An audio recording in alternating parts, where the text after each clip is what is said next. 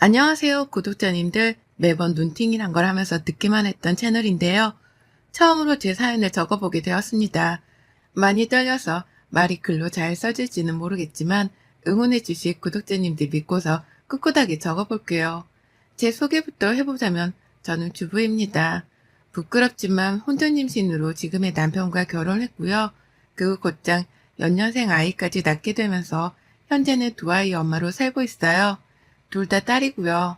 남편은 교제 때부터 다니던 직장을 지금껏 쭉 다니고 있고 넉넉하진 못하지만 당장 제가 밖에서 할 수 있는 것이 없어서 외벌이로 살고 있습니다. 이렇게 집에서 자식들만 키우고 살림을 하며 산 지도 벌써 4년이 되어가네요. 아이를 낳으면서 느꼈던 건 내가 잘 살아야겠다는 마음가짐이었습니다. 나에게 의지하고 살 아이들이 있으니 그만큼 책임을 지고 살아야 한다는 생각이 들었거든요. 하지만 그게 참 쉽진 못했어요. 아이는 계속 가지느라 배가 불러있는데 정작 제가 할 수 있는 일이 없으니 뭘 어떻게 살아야 할지 모르겠더라고요. 남편도 처음엔 안 그러더니 언젠가부터는 자꾸만 혼자 벌어오기 힘들다. 네가 밖에서 돈을 벌어봤냐? 라고 하면서 돈 타령을 하기 시작했고 말이죠. 남편이 진심으로 저에게 상처를 주기 위해서 하는 말이 아니란 걸 잘 알기는 알았습니다. 하지만 이런 말을 들을 때면 가슴에 비수가 꽂히는 건 어쩔 수가 없더군요. 나 혼자 자식을 낳은 것도 아니고 나 혼자 낳자고 한 것도 아닌데 애는 저 혼자 키우는 느낌이었달까요? 그러다 보니 감정적으로 힘들어서 그런지 부부싸움이 사소한 것에서 시작되는 일도 많았고요. 부끄럽지만 아이들 앞에서 부부싸움을 하는 모습을 보인 적도 있었고요. 이렇게 살며 간당간당하게 하루를 살아가는 저였습니다. 그래도 아이들이 제 옆에서 커가는 걸 지켜보는 것만큼은 행복하고 즐거웠네요. 이런 저에게는 남편도 실현이었지만 시어머니도 실현이었습니다. 남편이 제 앞에서 돈타랑을 하며 힘들다고 하소연을 하는 건 아무 일도 아니게 느껴질 정도로 어머님의 며느리 타령은 한도 끝도 없었어요. 교제를 하며 분명 시어머니께서는 결혼까지 가보라고 부채기까지 하면서 저를 조언하셨어요. 자주 뵐 일이 없어서 얼굴 붉힐 리도 없었고 아들이 장가갈 때가 되었으니까 그냥 빨리 결혼하라면서 저희 두 사람의 만남을 축복해 주기도 하셨답니다. 그 당시 저는 대학생이었고 막 졸업을 앞둘 때였었는데요. 취직이 뭔 태수냐? 그냥 졸업하고 얼른 우리 아들한테 시집와라. 라고까지 하시면서 저를 환대해 주시던 분이셨죠.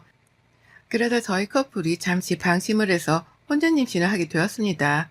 많이 힘들었어요. 졸업을 코앞에 둔 때에 이런 일이 벌어지다니 앞도 껌껌했고요. 그 당시까지만 해도 어머님께서는 어쩔 도리가 없다고 생각을 하신 건지 일단 결혼을 수락해 주셨습니다. 아이를 가진 커플이 결혼을 하겠다고 하는데 중간에서 시어머니가 말릴 수 있는 건 아무것도 없었으니까요. 그래도 전 천만다행이라고 생각했어요. 나를 애벌해 주셨고 평소에도 결혼하라고 말씀하고는 하셨던 분이셨기에 우리가 지금 당장 결혼을 한다고 하더라도 예쁘게만 바라봐 주실 줄 알았습니다. 분명 혼전임신이 책임없는 일인 건 알았지만 이미 벌어진 일에 따뜻하게 보듬어 주실 거라 생각했죠. 하지만 결혼 후부터 달라진 어머님의 태도 때문에 많은 게 힘들었습니다. 뱃속 아이는 자라나고 있는데 그때부터 어머님의 시집살이가 시작되었거든요. 지독하게 말이죠. 당장 살 집이 없었고 남편은 자기 집으로 들어와 살기를 원해서 저는 얼떨결에 시부모님과 함께 한 집에서 살게 되었습니다. 그러면서 아이를 기르고 낳았고요.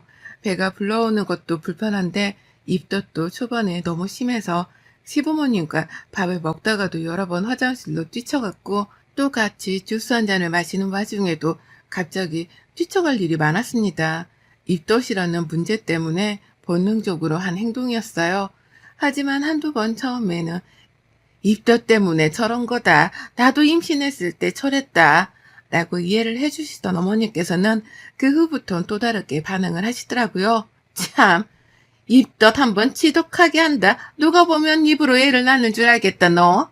라면서 화장실로 뛰어가는 제게 들으라고 큰 소리를 팍팍 내시는데 울컥 하더라고요.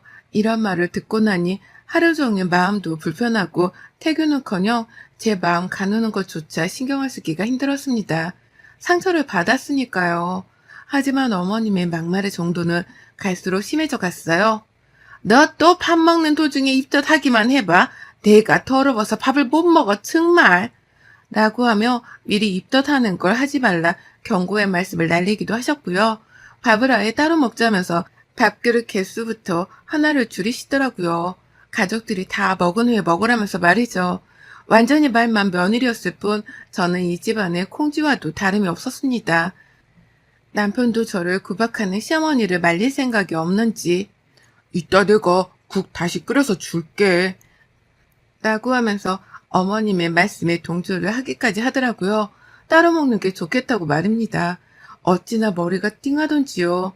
내가 이 꼴을 보자고 남편이랑 사랑도 나누고 덜컥 얘도 낳겠다고 한 건가 싶어서 그제서야 슬슬 현타가 오기 시작했어요.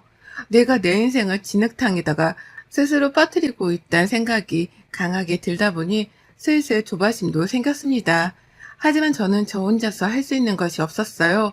졸업을 하자마자 애도 낳았고 애를 키워야 하는데 이 애들을 시어머니한테 맡겨놓고 나갈 수도 없었거든요.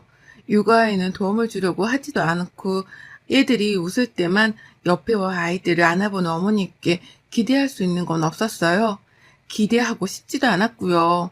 그래도 혼자 어떻게든 육아를 책임지고 살다 보니 자연스레 바깥 외출이 어려워졌고 그게 이어져 가다 보니 취업을 한다는 것이 사실상 어려워졌습니다. 그렇게 저는 조금씩 더 작아져 갔고요.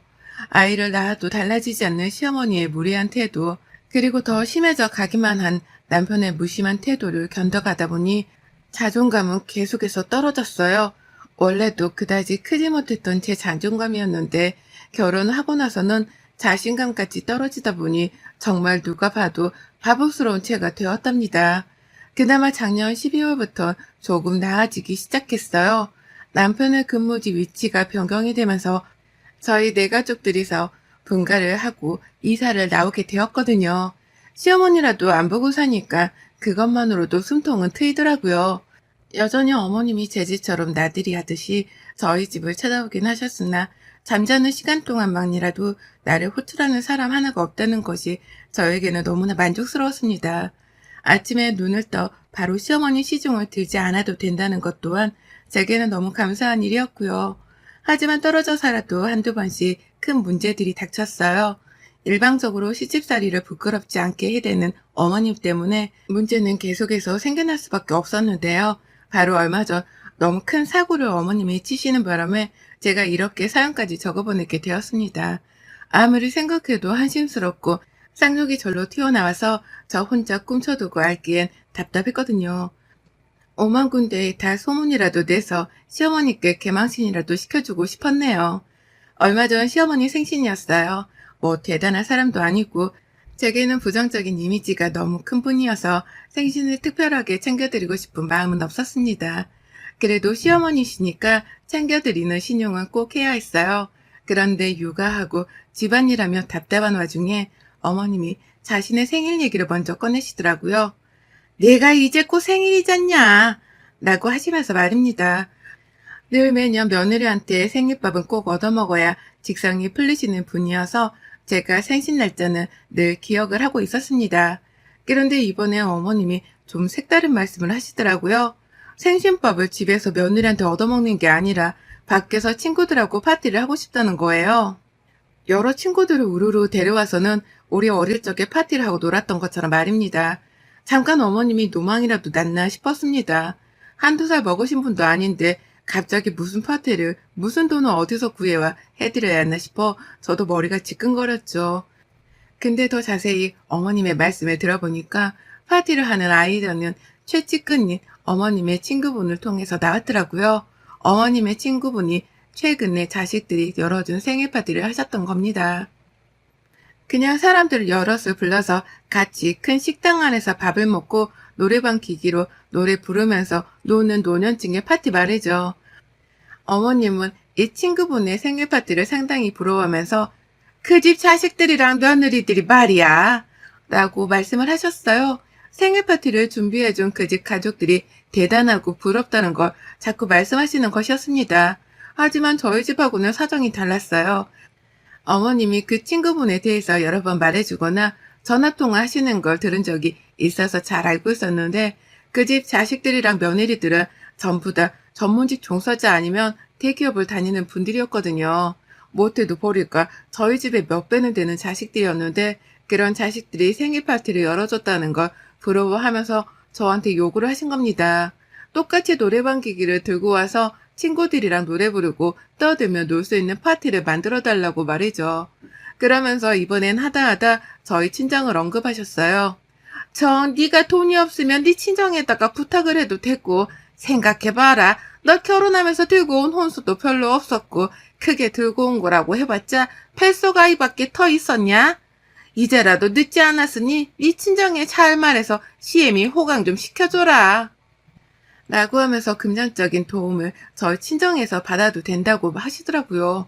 제가 가정주부라서 모아놓은 돈이 없는 걸 아시고서는 아주 당당하게 친정까지 이 수면 위에 끌어올리신 겁니다.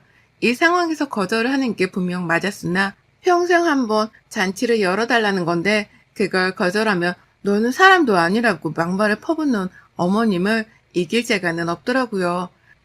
생신은 다가오고 뭔가 하긴 해야 하는데 옆에서 어머님은 잔치만을 열어달라 조르고 계시니 별다른 방도는 없었어요. 일단은 알겠다고 대답을 했을 뿐인데 어머님은 가고 싶어하는 식당 이름이랑 주소 그리고 전화번호까지 단박에 알아내서는 제게 보내오셨습니다. 얼른 연락해서 자기 잔치 예약이라도 빨리 해놓으라고 말이죠. 이럴 때 보면 지체 없이 행동으로 옮기시는 게 참 대단하다 싶으면서도 도대체 뭐 때문에 잔치까지 열며 우리 형편에 생신을 축하드려야 하나 싶어 골이 때렸어요. 그래도 평생에 한 번이라고 하는 걸 보면 환갑 때 따로 잔치를 못 가지고 어영부영 보낸 것이 속상하셔서 저러는 건가 싶어 안쓰럽기도 했습니다. 그리고 전 어머니 말씀대로 친정의 도움을 요청해서 돈을 꿔야 하나 생각도 했지만 도저히 그러지는 못할 것 같아서 남편에게 도움을 청했죠. 어머님이 잔치를 열고 싶어 하시는데 같이 좀 준비를 할 수 없냐고 말이죠. 남편도 시어머니를 전혀 이해하지 못했지만 저한테만큼 독촉 전화를 해오면서 잔치를 열 거라고 졸라대는 어머님을 말리지 못했답니다. 그리고는 제가 총대를 메고 식당부터 예약했네요. 식당을 예약하는 데 있어서 예약금이 있었어요. 노쇼가 일어날 경우 발생할 손해를 방지하기 위해서 미리 예약금을 걸어두는 것이었죠. 어머님 말씀으로는 15 정도의 손님을 초대할 거라고 하셨고 그래서 그 인원에 맞게 예약을 했습니다. 거기가 뷔페였는데 인당 가격에 맞춰 절반인 분의 예약금을 받길래 20만 원 정도를 먼저 지불했어요. 식당 예약이 처음이라서 이게 다른 식당에서도 이런 식으로 예약을 받는 건지는 알 수 없었지만 다른 식당은 가기 싫다고 하던 어머님의 말씀이 떠올라 그냥 되는 대로 일단 예약을 하고 선예약금 지급을 했습니다. 돈은 남편이 대줬고요. 이 사실에 대해서 시어머니는 아무것도 모르고 계셨어요. 그저 제가 저희 친정에서 돈을 빌려다가 예약금으로 식당 잔금이며 다 치르는 줄로 알고 계셨죠. 그래서 더 싱글벙글 좋아하라 하면서 생일날만 기다리셨고요. 생일을 코앞에 둔 상황에서까지 케이크를 준비하고 노래를 부를 때 어머님들이 흔들고 소리내 탬버린까지 있어야 완벽하다며 저를 아주 들들 볶으셨습니다. 다 준비가 잘 되고 있는지를 말로 계속 쪼으니까 저도 정신이 하나도 없었네요. 애들 키우면서 밖에 나가 어머님 생신잔치 준비물들을 챙기느라고 숙제를 하는 기분이 들기도 했고요. 그런데 생신 당일날, 그것도 무려 당일날, 전날도 아닌 바로 그 당일날 혼자서 아침부터 부랴부랴 애들 밥 먹이고 씻기고 시어머니 생신잔치를 준비한다고 누구보다 정신없이 바쁜 하루를 시작하고 있었습니다. 오전에 이미 케이크 주문해 놓은 거 애 들쳐업고 가서는 픽업도 해왔고요. 탬버린을 준비하라고 해서 아직 초등학교도 안 들어간 애들을 데리고 동네 문방구를 찾아 돌아다니다가 비스무리한 장구 같은 걸 겨우 마련했어요. 남의 노래방에 가서 사정하고 몇 개 빌려오려고 한 걸 겨우 장구로 대신하고자 마음먹고서는 비장한 마음으로 잔치가 열릴 식당을 이르게 찾아갔습니다. 그리고 애들을 그냥 풀어놓은 채 잔치 시간이 다가오는 거에 앞서서 손님을 기다리고 있었어요. 시어머니가 굳이 일찍 도착을 해서 먼저 손님을 맞이하고 있으라고 시키셔서 시키는 대로 하는 중이었습니다. 그런데요, 아무리 기다려도 개미 한 마리 나타나질 않더라고요. 정말 아무리 기다려도 말이죠.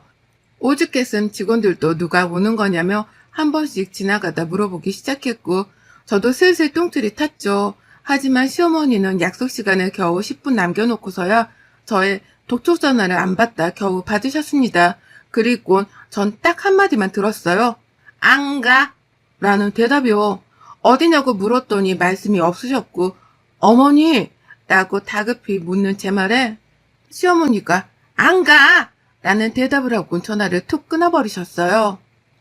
사람을 똥개훈련 시키는 것도 아니고 긴 시간 동안 달달 볶아가면서 이거 해라 저거 해라 잔치 준비를 시켜먹더니만 갑자기 약속 시간을 꼴랑 몇 분 앞두고서 안 온다는 선전포고를 하신 거예요. 앞에서 직원들은 누가 봐도 제 전화 목소리에 귀를 쫑긋거리고 있다는 듯이 자꾸만 저를 쳐다보고 있었는데 시어머니는 제 귀에 대고 안 온다는 폭탄선언을 해버리셨으니 저로서는 그 상황에서 당황해 얼굴이 붉혀지고 말았습니다. 잔치의 주인공이 안 온다는 소리에 기함을 치며 급하게 화장실로 가 전화를 받았어요. 가는 도중에 직원분이 저를 붙잡기도 했습니다. 제가 도망이라도 치는 줄 아셨더라고요. 아무도 안 오는데 갑자기 자리 이동을 하니 노쇼 측정으로 도망치는 손님이다 싶어서 오해를 한 겁니다. 그렇게 수치를 무릅쓰고 화장실에 들어가 시어머니랑 재차 통화를 했어요. 남편한테도 도움을 요청했고요. 하지만 남편은 제 문자를 읽고도 답을 하지 않았고 시어머니는 제 전화를 다시 받자마자 괜찮다는 듯 짜증이란 짜증을 다 부려가면서 전화를 받으셨습니다. 아유 진짜 나 안 간다고 방금 말했잖아. 가기 싫어. 잔치고 뭐고 아무것도 안 해. 그년들이랑 싸워서 어차피 올 사람도 없어. 라는 대답과 함께 이번에도 일방적으로 전화를 끊어버리셨어요. 그리고 전 소리 없는 핸드폰을 치켜든 채 잠깐 화장실 문만 바라보다가 그제서야 정신이 하나둘 들기 시작했죠. 지금 이 상황은 시어머님이 판을 벌려놓고는 혼자 뒤늦게 발을 빼버린 상황이라는 걸 말입니다. 그리고 그로 인해 모든 피해와 원망, 그리고 금전적인 배상까지도 모두 다 내가 책임져야 한다는 걸 말이죠. 화장실 밖으로 나가기가 너무 창피하더군요. 나가보니 아니나 다를까 직원 몇 분이 그 앞에 서서 저를 기다리는데 아무래도 아무도 안 올 것 같다고 말을 하니 여기저기 원망과 짜증이 섞인 표정으로 저를 보기 시작했습니다. 그리고 전 그 자리에서 예약금을 받지도 못한 채 음식 준비를 해놓은 것에 대한 배상을 해야 한다는 직원분의 독촉을 전해 들었죠. 예약을 거는 순간 노쇼에 대한 배상을 해야 한다는 것에 동의를 한 것과 다름이 없다면서 말이죠. 노래방 기기를 굳이 준비해달라고 해서 굳이 가장 깊숙한 방에 기기까지 옮겨서 방 세팅을 해놨는데 이제 와서 파티를 안 한다고 하니 모두가 다 멘붕에 빠졌습니다. 직원들은 직원대로 그리고 저는 저대로 말이죠. 친구들이랑 생일 전날 싸운 것도 기가 막혀 죽겠는데 그걸 이유로 약속 시간 몇 분 전에 못 간다고 통보를 하는 이런 똥매너의 시어머니를 결코 용서하기 싫었어요. 나를 얼마나 개차반으로 봤으면 이런 말을 진작 말해줄 생각도 못한 채 그저 무작정 통보를 하셨을까 싶어 괘씸하기도 했고요. 일단 제 핸드폰을 맡겨놨습니다. 다시 식당에 돌아와 보상을 하겠다는 의미로 말이죠. 나이 어린 제가 애는 돌을 끼고 있는데 노쇼까지 해버린 사람이 가족이다 보니 저를 보는 직원들의 표정은 그때까지도 하나같이 차가웠습니다. 하지만 전 꿋꿋해야만 했고 그 상황을 뚫고 나오며 보채는 애들을 따라 결국 식당 앞에 쭈그려 앉아 울음을 터뜨리고 말았습니다. 내가 왜 안 당해도 될 이런 시선과 무안을 받아가면서 시어머니의 시중을 들어야 하나 싶어 인생 자체가 쪽이 팔리다 못해 한심스러웠거든요. 그리고 그날 전 집에 아이들을 놔두기만 하고선 남편이 퇴근을 하자마자 바톤 터치를 하고 바로 시댁으로 향했습니다. 시댁 간다는 제 말에 남편이 처음엔 그러려니 했는데요. 오늘 끝장을 보고 올 거니까 상관마 라는 말로 도망치듯 집을 나가는 저를 보더니만 뒤에서 애타게 저를 불러대더라고요. 하지만 전 남편을 무시한 채 시댁으로 향했고 시댁으로 가자마자 절 보고 무안한지 왜 왔냐고 대충 묻고는 TV로 시선을 돌리는 시어머니를 보며 차라리 다행이라는 생각으로 안방에 쳐들어갔네요. 들어가자마자 문을 걸어 잠갔고 충분한 시간 동안 방 안에서 시어머니의 가방이며 옷장을 뒤졌습니다. 시어머니가 쓰는 카드를 찾으려고요. 그제서야 밖에서 TV를 보려고만 하시던 시어머니가 안방까지 찾아오셔서는 방문을 두드리며 열라고 보채더라고요. 왜 잠궜냐고, 왜 들어가 있냐며 막 문을 두드리며 보채는 그때 저는 시어머니의 카드를 찾아냈습니다. 혹시나 싶어서 지갑 안에 든 카드랑 카드는 모조리 다 빼내왔어요. 그리고 난방문을 확 열자마자 야! 라고 소리치는 시어머니께 왜요? 라고 더 크게 복식호흡을 하며 소리를 내질러버렸죠. 눈에서 살기라도 느낀 거지. 어머님은 제 대답에 눈을 크게 뜨고 올려다보더군요. 그 꼴을 보며 전 되도 않는 게 자꾸 소리는 질러? 라는 큼지막한 혼잣말을 남기고서는 집을 나섰습니다. 그리고 곧장 식당으로 달려가서 시어머니의 카드로 결제를 해버렸어요. 노쇼 비용 말입니다. 잔치 준비하며 들어간 그 돈을 시어머니 카드로 메꿨고요. 시어머니는 결제 문자라도 받은 건지 그제서야 저를 찾는 전화를 하시는데 일단 무시했어요. 집 가는 길에 너무 배가 고파서 혼자 분식집 들어가 시어머니 카드로 분식도 결제했고 다 먹고 집에 갔더니만 남편도 멘붕에 빠져있더라고요. 오늘 일이 어떻게 되어가고 있는 거냐면서 말이죠. 제 눈이 여전히 시어머니에 대한 분노로 반쯤 돌아가 있었는지 남편은 결혼하고 처음이다시피 제 눈치를 보고 있었습니다. 말 한마디에 눈가를 쏘아대며 쳐다봤더니만 어디 다녀와? 라면서 말까지 더듬더라고요. 그래서 전 사실대로 말했습니다. 시어머니가 아까 말했던 대로 식당에 노쇼를 했고 지금 시어머니 카드 뺏어다가 노쇼 비용을 결제하고 오는 길이라고 말이죠.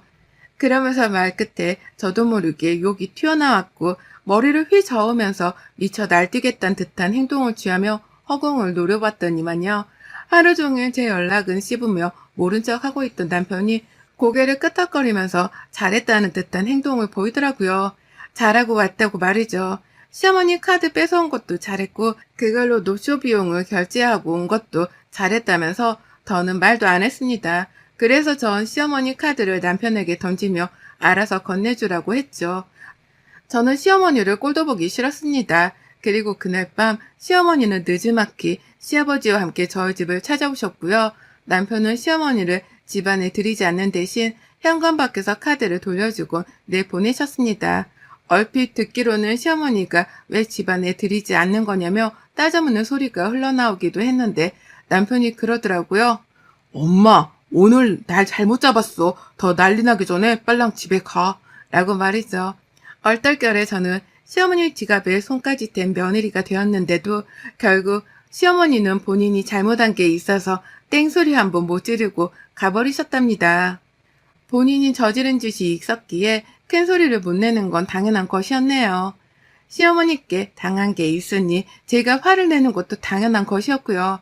그리고 전 이번에 시어머니로 인해 똥개 훈련을 당한 걸 본보기 삼아서 이제 평생 동안 시모생신을 모른 척 하기로 했습니다. 자기가 선물이라도 받고 싶으면 알아서 잘 하겠죠. 전 이제 먼저 잘해주고 살살 기어가면서 시모생신상의 생신잔치까지 차려드릴 마음은 전혀 없고요.